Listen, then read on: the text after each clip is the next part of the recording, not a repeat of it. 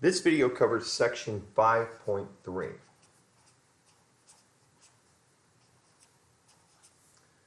Evaluating definite intervals.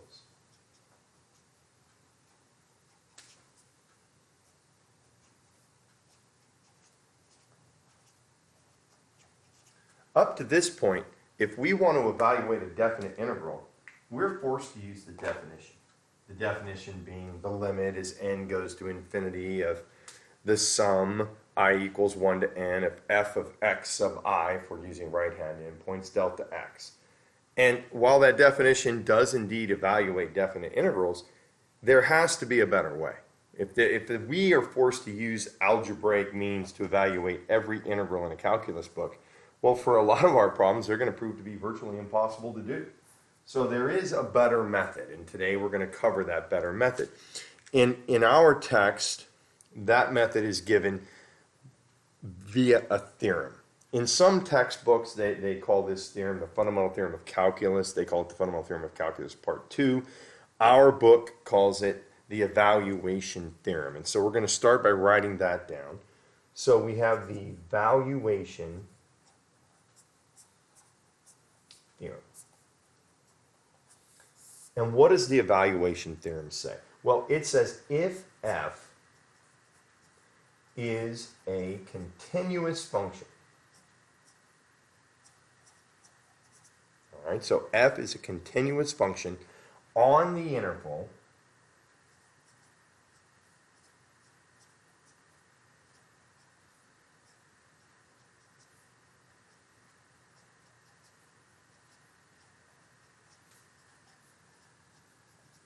a to b, then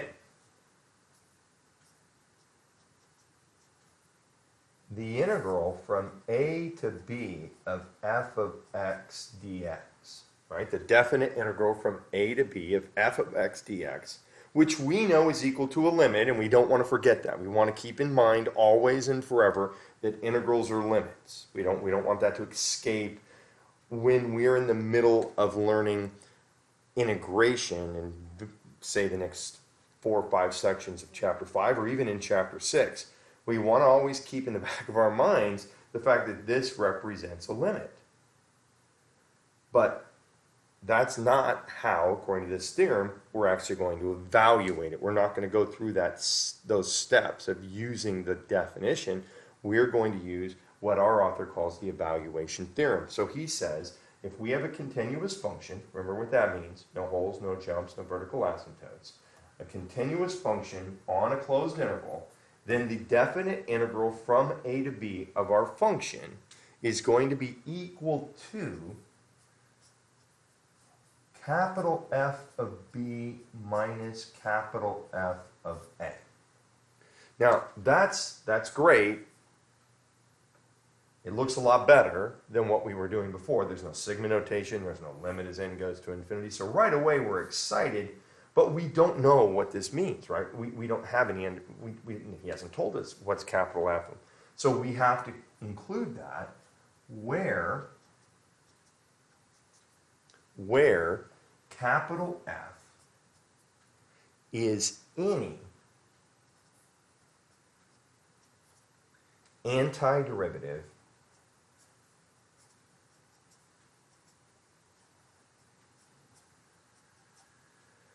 of f, i.e., in other words, right? In other words, the derivative of capital F equals f. So this is what we're going to call the evaluation theorem. And again, in some textbooks, this is called the fundamental theorem of calculus part 2. In some textbooks, it's even called the fundamental theorem of calculus. We're going to call it the nice way to do integrals. That's what we're going to call it. Because look at what this says, right? Look what this says. This says, we'll start with just a quick example before we go past this theorem into any other points that we need to make about the theorem. How does the theorem say that we now integrate? It says this, right? If we have the integral from 0 to 1, which we've done, we did this integral from 0 to 1 of x squared dx. If we're asked for this integral, and we know the answer to this, we did this in a previous video, the long way. We said when we did this the long way in a previous video, we came up with 1/3. Now remember what this represents. This represents, right, we have our basic parabola right here, and we have the area under our basic parabola, y equals x squared. We have our area between 0 and 1. When we did this, we rewrote this using the definition and worked it out. Now, with the evaluation theorem, it simply says the key to evaluating this integral, the key to finding this area, is to find the antiderivative of x squared. Now, we know the antiderivative of x squared. The antiderivative of x squared is x cubed. We add 1, and we divide by our new exponent. And what our author says is we take that antiderivative and we evaluate it at our upper bound, b, and we evaluate it at our lower bound, a, and we find the difference between those two numbers. So integration becomes find the antiderivative, evaluate it at the upper bound, evaluate it at the lower bound. And the way we typically write this is we write a bar, and then we put our lower bound down here. That means x. I wrote x equals 0 and I wrote x equals 1. Most often, you do not see x equals 0 and x equals 1. Most of the time, that's not how we write this. But I'm going to write it like this just so you can see it, so you can maybe perhaps put it in your notes. What do we typically write there? Typically, we just write 0 here, lower bound is 0, and 1 here. And that tells the reader, I'm going to evaluate this at 1, and I'm going to evaluate this at 0.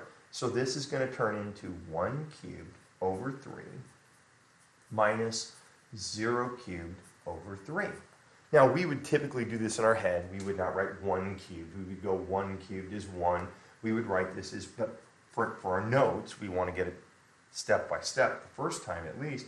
So we have 1/3 minus 0, or we get 1/3.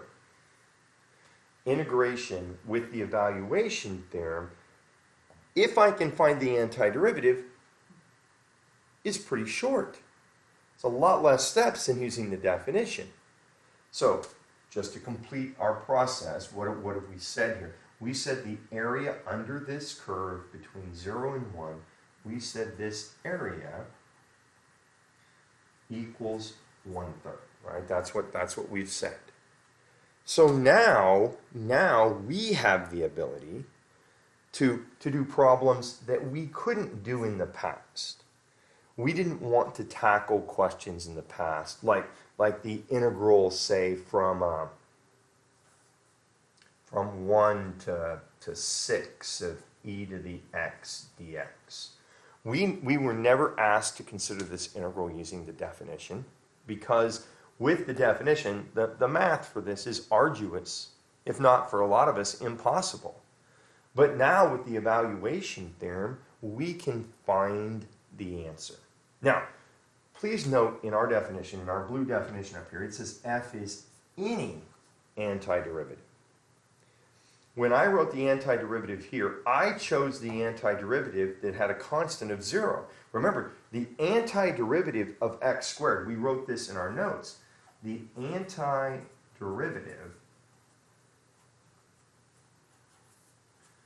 of f of x equals x squared is x cubed over 3 plus an arbitrary constant. That's what we call the general antiderivative.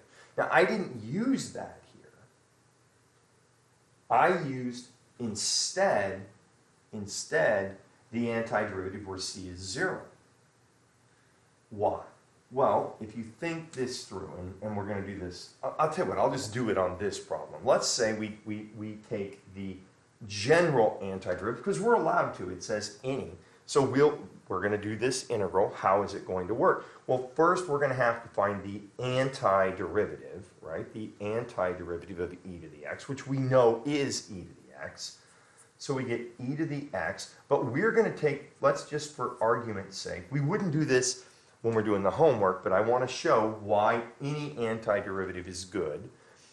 let's say we write down the general antiderivative, e to the x plus c. And we're going to evaluate that between 1 and 6. Well, what is that going to look like? Well, we're going to remember the upper bound goes in first. So we're going to have e to the 6th. Now that's a constant, so that's e to the 6th plus our constant, right? Minus, now we're going to insert the 1, so that's going to be e to the 1st. Again, in real life, we would just write that as e, but I'm just putting that down for our notes to make sure our notes are complete and we can follow them. But then we're going to have e to the 1st plus c. Now, when we do our algebra here, right, when we do our algebra, what is this going to look like? It's going to look like e to the 6th plus c minus e minus c, right? Because this negative is going to be distributed. This c is going to cancel this c. And we're going to end up with e to the 6th minus e, which we could factor out an e if we wanted to, and write this is e to the 5th minus 1. The important point here that I'm trying to make, first, I'm trying to make sure we can get another example of how to use the evaluation theorem. And secondly, I want you to see that you don't have to use the general antiderivative because the c's are ultimately going to cancel. You're going to have a c with your upper bound. You're going to have a c with your lower bound when you subtract, because we subtract based on the evaluation theorem. The c's are going to go away. So typically, even though the definition says we're entitled, we're capable, we're allowed to use any antiderivative, we're going to use the antiderivative that has a value of 0. Okay? So this is our new approach to integration. Now, it is obvious, I believe, but I'll say it anyway, that if we can't find the antiderivative, we can't integrate. So it's going to come down to how well do you know your antiderivatives. And in prior videos, I've given you the antiderivatives that we are supposed to know, right? The table was presented in our video on antidifferentiation. That table is going to become very, very significant to us. Very significant to us, okay? Because if we don't know that, we're not going to be able to find the antiderivative. And then while we have this shortcut, easier method, whatever you want to label it, it's not going to be useful if we can't find the antiderivative. So as we proceed through integration, our journey is going to be based on how do I find the antiderivative. There are going to be problems where they're going to give us functions to integrate that aren't going to be functions that we find on our table. Now that's in the future, that's in section 5.4 and section 5.5, and to be honest with you, through a big portion of Calc 2. But right now, we're going to start with functions that we do know the antiderivative for, and therefore we can find the antiderivative. Theoretically, we can evaluate it at the upper and the lower limits, we can do the arithmetic, and we can come up with our answer. So this is the evaluation theorem. This is what you and I are going to use to evaluate integrals. All right? Now, the next idea that comes from this, let me erase our example. I'm going to leave the evaluation theorem here for a second because we're going to tie this next idea into our evaluation theorem.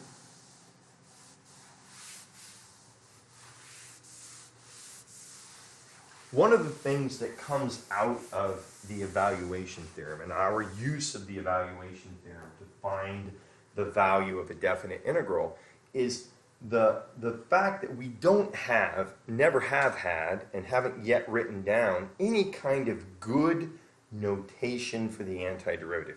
We don't have a good symbolic representation. Using capital F and writing this every single time, that's not a good representation of the antiderivative. So at this point, we know enough, right? We know enough to be able to just say this. So this isn't a theorem, but it's a significant piece of information that we need to get into our notes. And that is, if I ask you for the integral of f of x dx with no bounds, right, with no bounds, that's our symbol for the antiderivative. That equals capital F of x. Okay? This is what we're going to use as our symbol for our antiderivative. We have a name for this, right? I'm going to go ahead and this means, right? This means, and I'm writing it big and bold because I want to make sure you get it in your notes. This means f prime of x equals f of x. All right? So this is going to be our symbol for the antiderivative. In fact, we're gonna lose the phrase antiderivative in its entirety, and we're going to replace it with, we have a name for this. Okay, now if you take a look at this integral, it's different than any integral we've ever seen before. If we go back and here, I'll highlight it, I'll take this off, I'll make it a different color. If we look at this integral, the significant difference between this integral and any integral we've ever written down before is this one doesn't have any bounds. There's no lower bound and upper bound. It simply says, and how do we read it? It says the integral of f of x dx equals capital F of x. Means f prime of capital F, the derivative of capital F, equals f of x. So, the antiderivative of this is this. This is our symbol for the antiderivative. But the phrase we use for this, we want to get the word integral into here because clearly it has an integral symbol. So we call this the indefinite integral.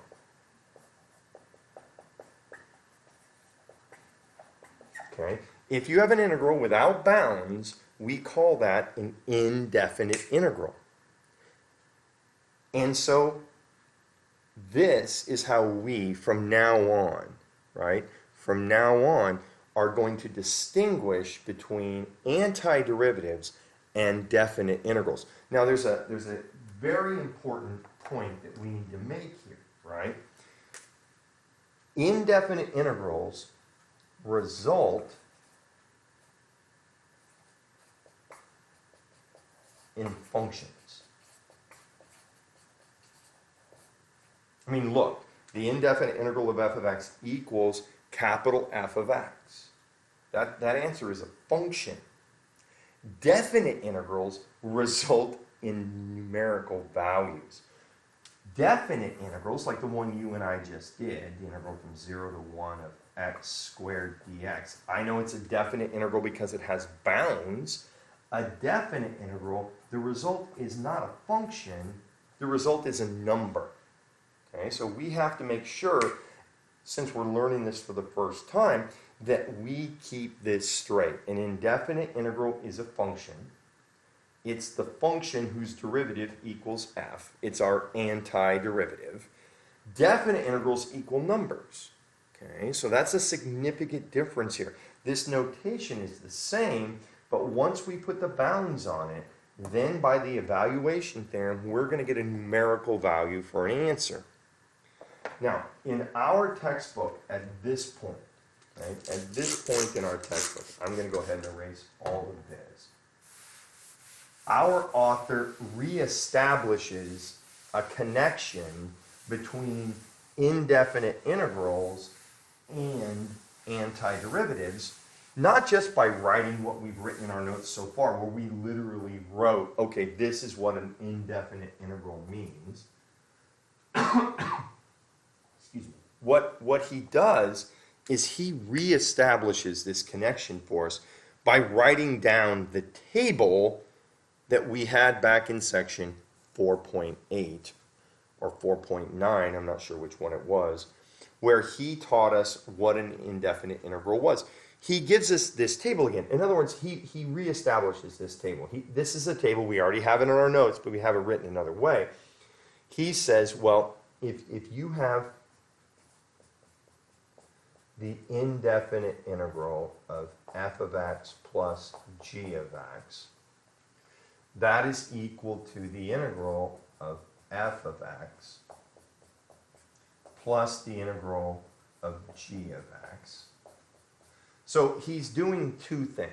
He's telling us indefinite integrals follow the same integration properties as definite integrals because we have this property written down, right? We have this property written down He also puts down the property that says if you have a constant times a function in an indefinite integral, you can put the constant out in front. We did this already. You and I did this already when we talked about definite integrals. We talked about these properties. But then he also connects this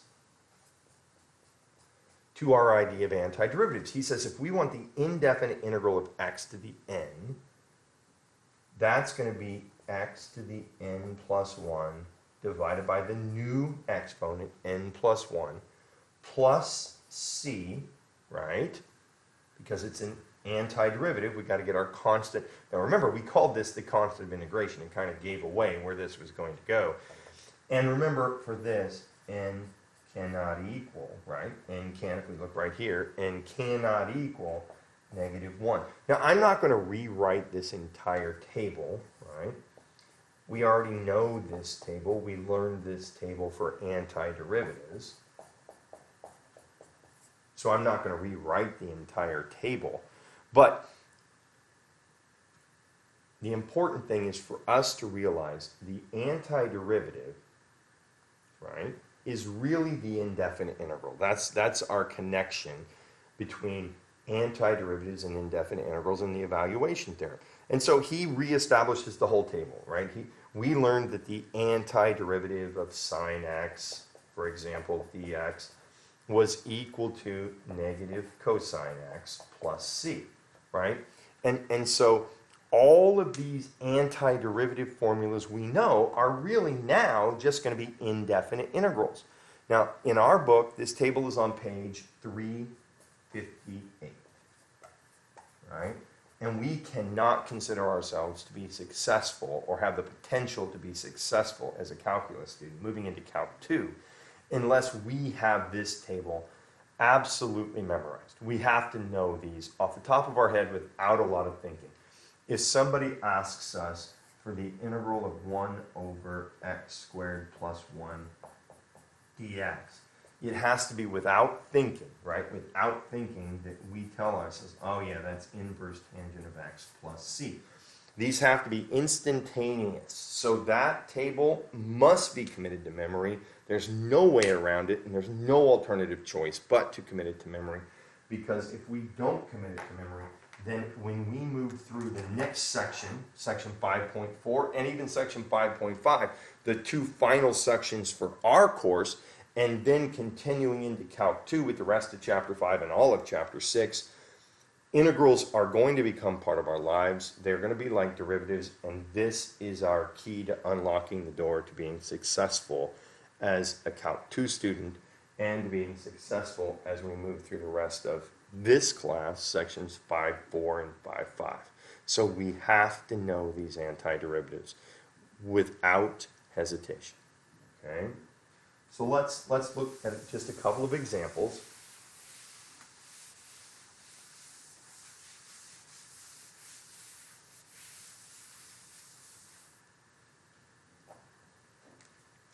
So how would one go about then doing an example where perhaps, right, say we have the integral and we have something like, 6x to the 4th minus 5 cosine of x plus 2e to the x dx.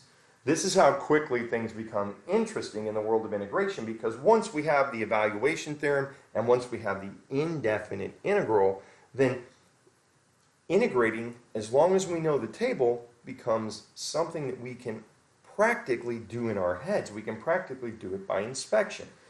So this is an indefinite integral. It doesn't have bounds. Okay? So we're going to have to remember to put a plus c at the end of this because we're really finding the antiderivative of this. So what is this going to look like? Well, we have a formula, right? We have all our properties of integrals. Now we don't call them the properties of definite integrals. We just call them the properties of integrals. We have the properties of integrals that say, if I'm integrating, well, first of all, we could rewrite this as 3 separate integrals.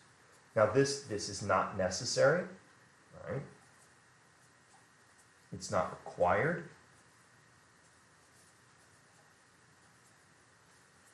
But since this is our first integral with multiple terms, perhaps it'd be best if we did that.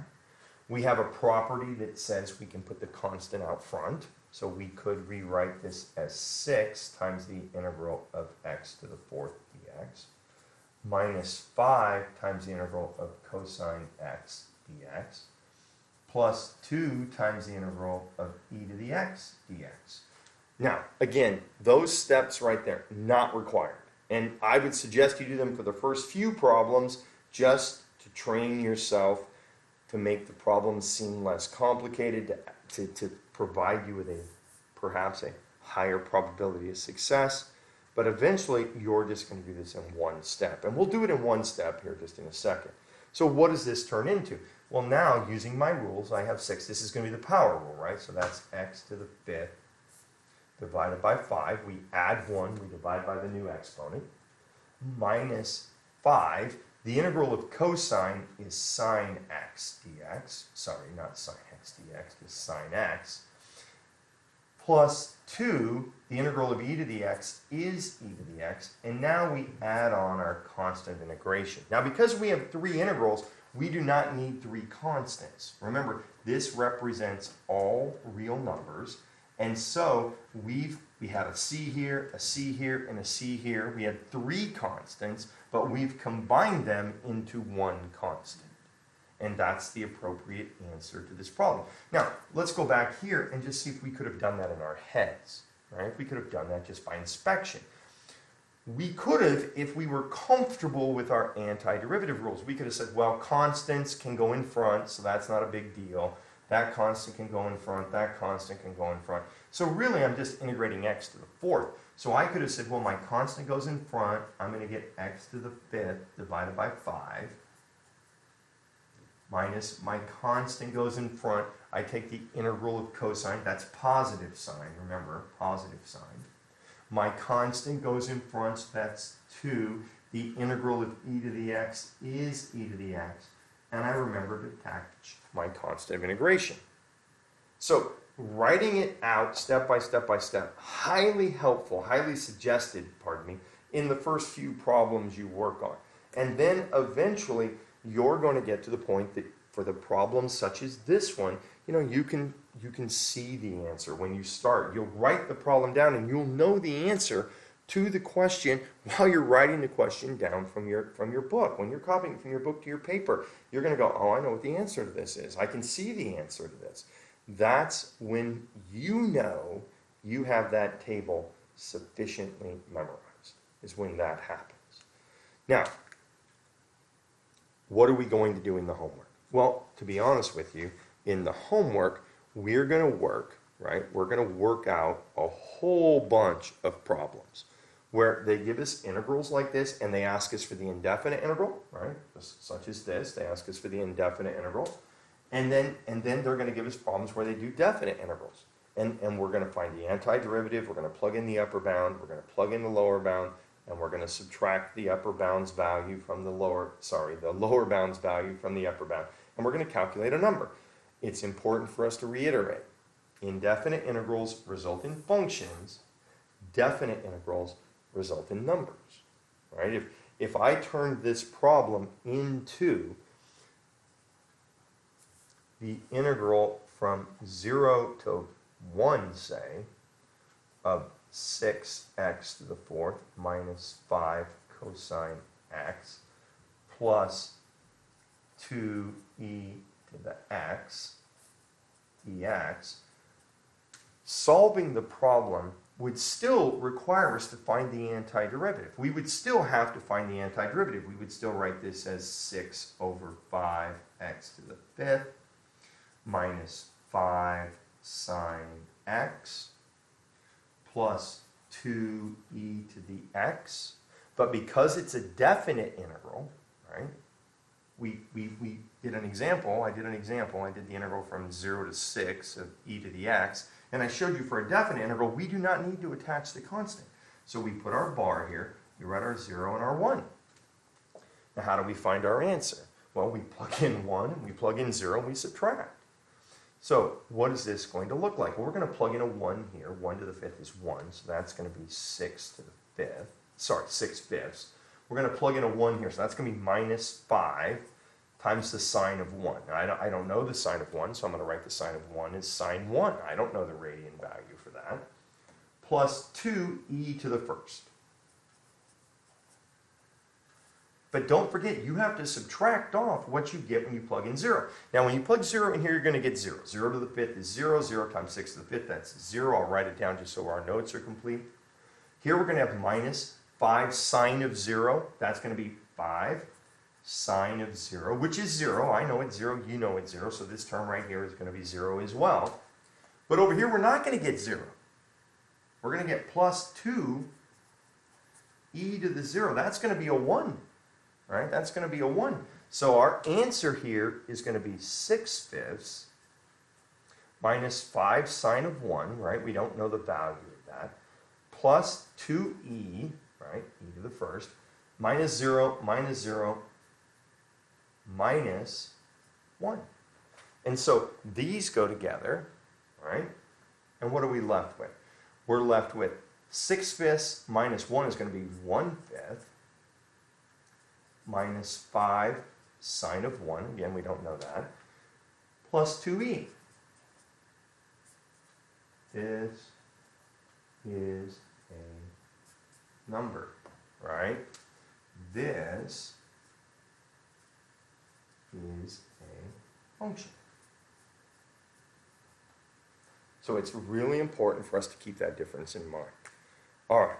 So I have one thing left to show you, and we're done with section 5.3. Section 5.3, this normally my videos run around an hour. This video is going to run about 40 minutes because we've already mastered the technique of antidifferentiation, and now all we're doing is applying something that we've already learned to our friend the definite integral, and then acknowledging that the indefinite integral is just the antiderivative, and we already have that mastered. So what's left for us to learn? Well, there's a theorem in this section that we need to write into our notes, and we need to talk about just a little bit, and it's called the Net Change Theorem.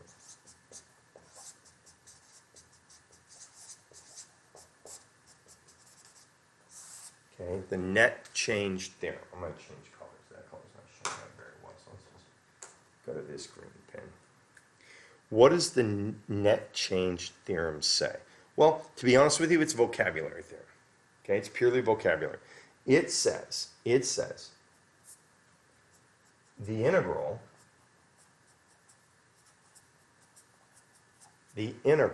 right, of a rate of change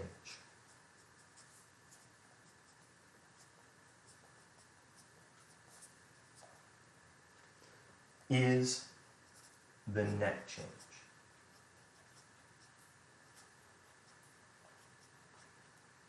Now, that means this. If I ask you for the integral from a to b of a derivative,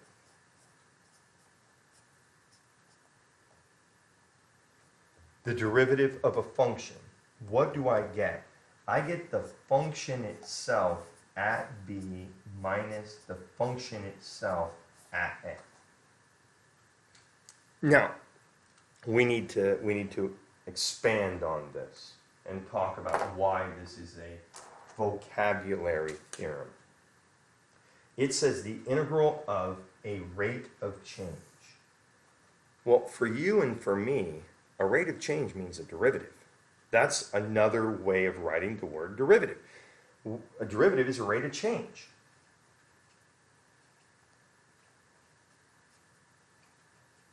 So it says if I take the integral of a derivative, what do I get? I get the function itself evaluated at b minus the function itself evaluated at a. Now, how does this help us in a calculus class? Why do we need this theorem? Well, because a lot of times, right, in a calculus class, perhaps we're going to be asked to find the integral, between a and b let's just say a velocity, right? A velocity. Well, you and I know velocity is velocity, but we also know velocity is a derivative itself.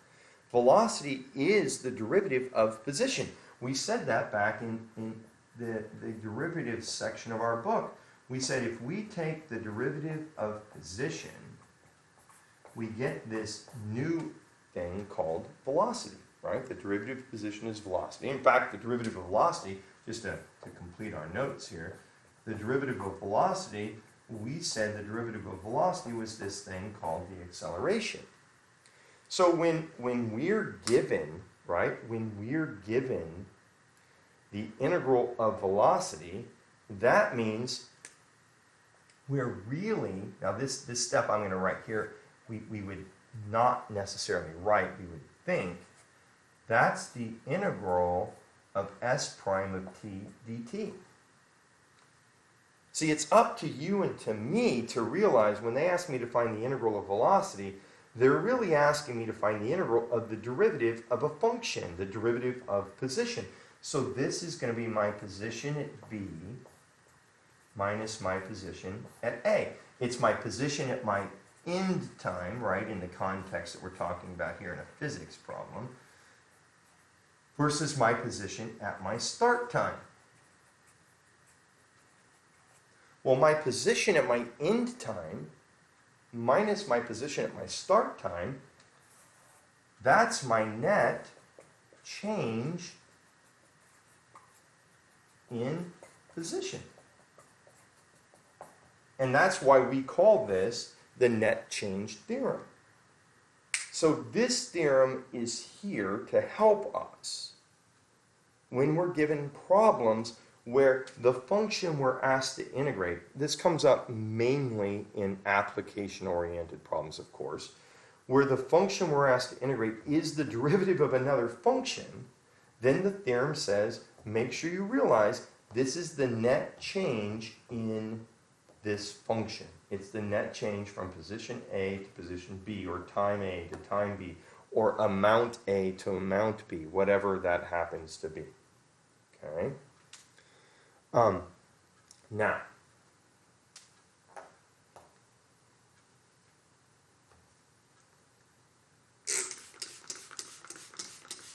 because we now know the net change theorem,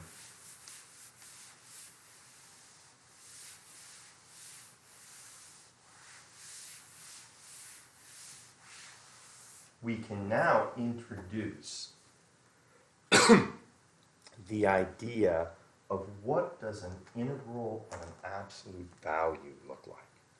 Okay? These are going to pop up in our homework, and so we need to talk about them. What do we do if we have the integral of an absolute value? Let's say we have the integral from A to B, and we have the absolute value of f of x dx. Well, let's take a look at, and let's draw our function. Let's say that our function looks like this. Okay, our function looks like this. And we'll make this A right here, and we'll make this B right here. All right? Now, what happens? So this is y equals f of x.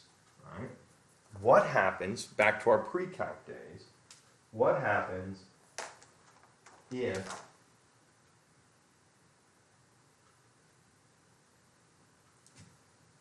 we want to integrate the absolute value of this function, the absolute value?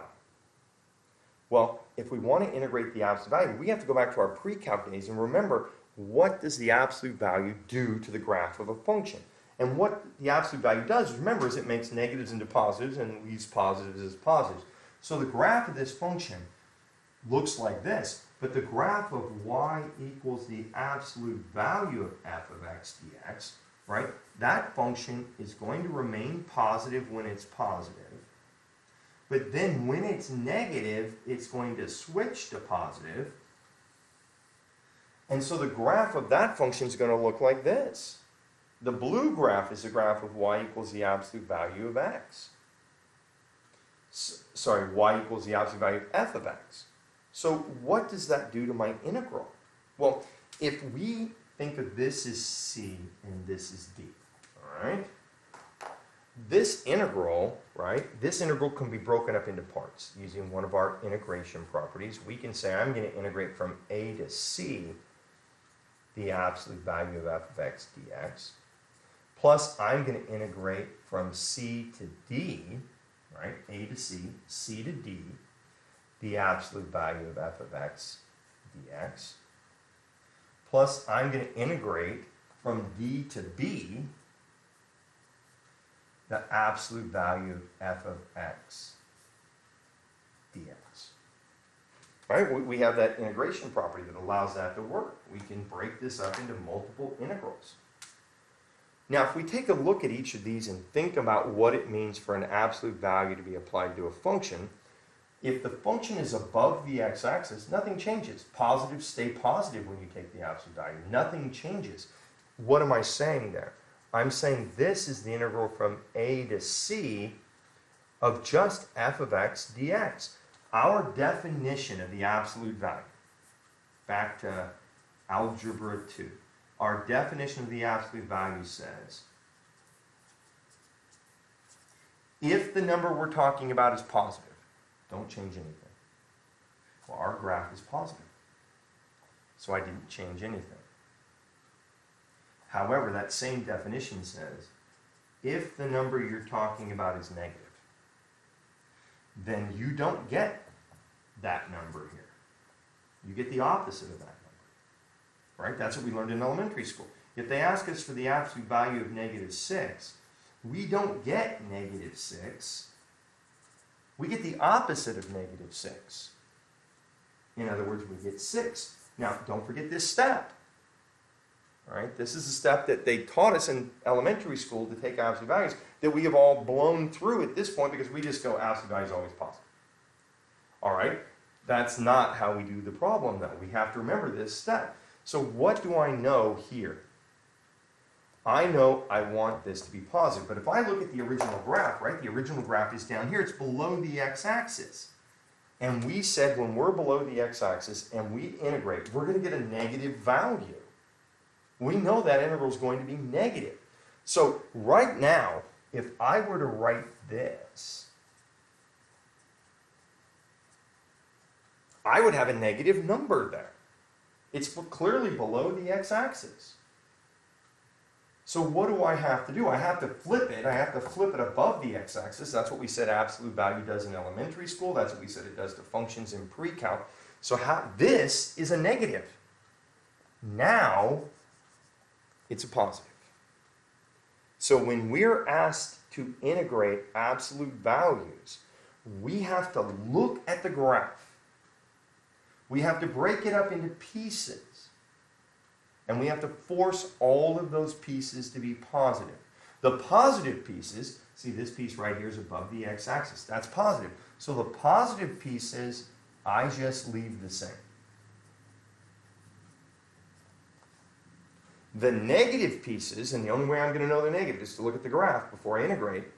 The negative pieces, I have to put a minus sign in front of to force them to be positive. Right? To force them to be positive. So that's an important little idea that we need to be successful, right? Successful when we're solving problems that have absolute values. And if somebody asks us for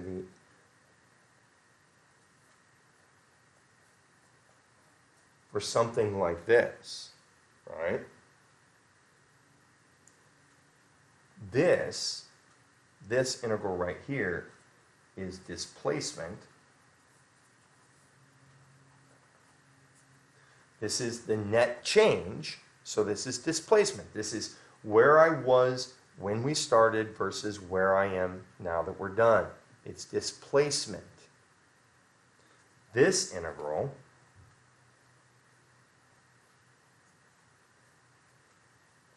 right? This integral right here with the absolute value, this is total distance traveled.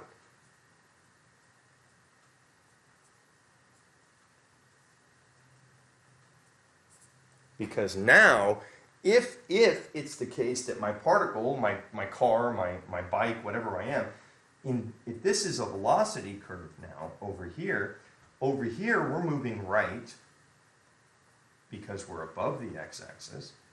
Down here we're moving left because we're below the x-axis. Back over here we're moving right. And if I don't take the absolute value, then what's going to happen?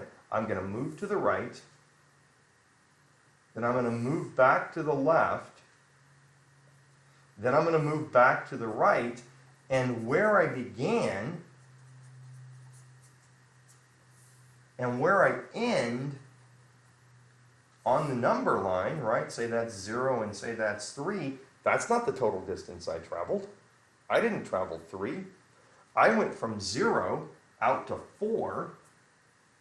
Then I turned around and went from 4 back to 1. And then I went from 1 and ended at 3. So first I went 4. I went backwards from 4 to 1, -3. And then I went from 1 to 3. That's +2. And if I add all those together, I get 3. Well, that's not how far I drove. I didn't drive 3 miles. I drove 4 miles this way, 3 miles back because I thought I was going the wrong way, and then 2 miles back in the direction I drove a total of 9 miles. My car went 9 miles.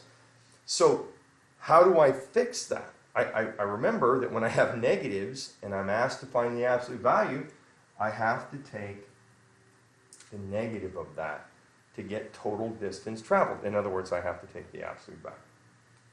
All right. I understand the absolute value is a little iffy. You can read the book, you can watch the video again. You can watch other videos to try to get that under control. All right, so that's going to complete my video on section 5.3. I hope this helps.